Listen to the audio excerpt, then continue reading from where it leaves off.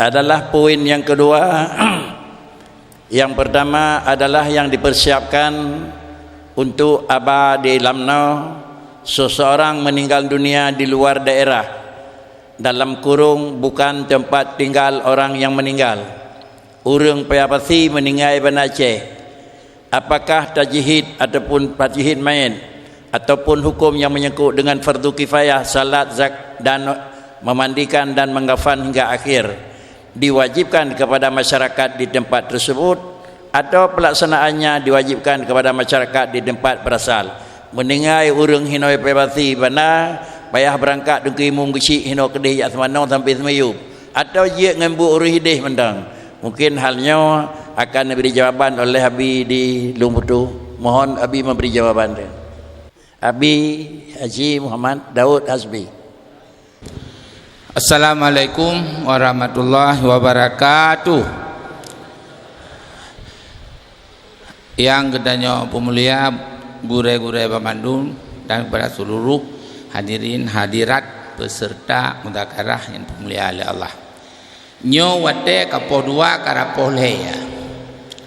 Ya, cuman napukeun netampaikan li Abu Ya Mawardi bek titip hatli begah.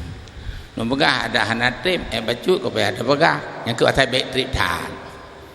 Ya, teman kentai apa yang dengar Abu Ya. Jadi masalah orang meninggal di dunia di luar daerah, di luar wilayah.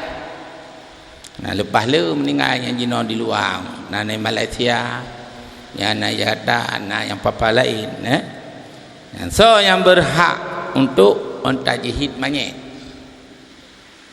Ya, nyolun hanalun baca ali kitab dan lain karena kesimpulan lun tuan pelajari nyolun baca mantang kesimpulan tajhid manyet nyan fardu kifayah nyan tepakat ya.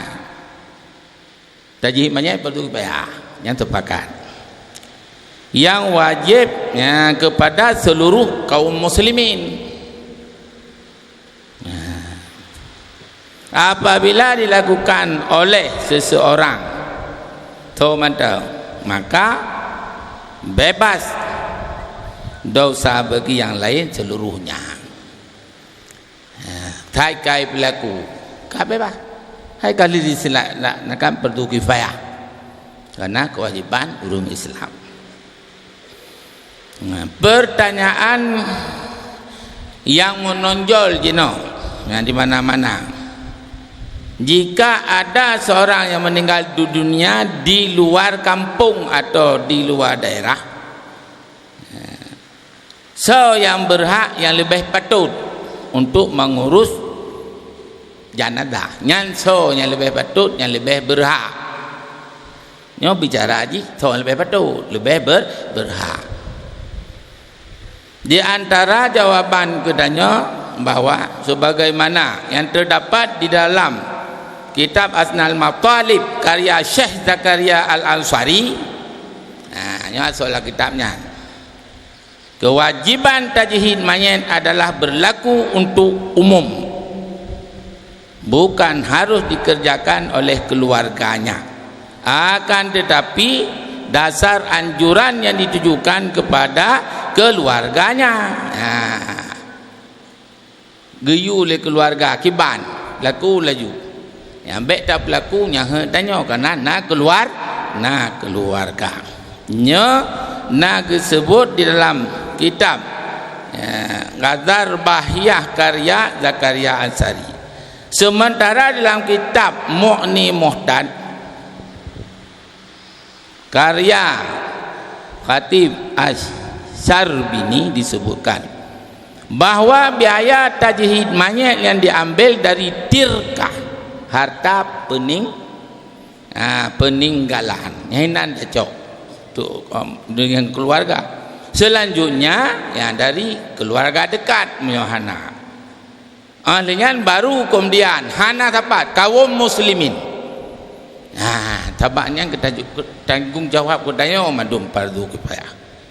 Maka dacok saboh bulan Ya, nyo kesimpulan baru tuan. Apabila antu nak kesimpulan lain tamah, tapi baik letak tamah, baik sampai lihat sama dan tamah.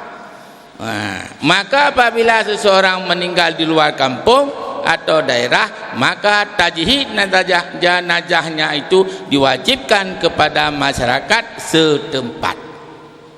Wallahu alam. Assalamualaikum warahmatullahi wabarakatuh. Yang lebih tepu Allah Ta'ala. Demikian penjelasan disampaikan oleh Abi. Yang pun tak maklum bila meninggal tirau reung wajib datang danyo ya, menyo tirau tu ada danyo. Menyo rame-rame kakali fardhuin malah fardu kifayah, maka sawanya akan tangani kalau memang urang tirau menyokon urang tirau asaina atau berbuat. Hal tersebut menan penjelasan Nabi meninggal danyo di Mekah. Nah, mesti jemaah yang ikut serta atau dipadai dengan memang orang ahli Makkah sendiri. Hal tersebut itulah penjelasan yang kena sampaikan Nabi.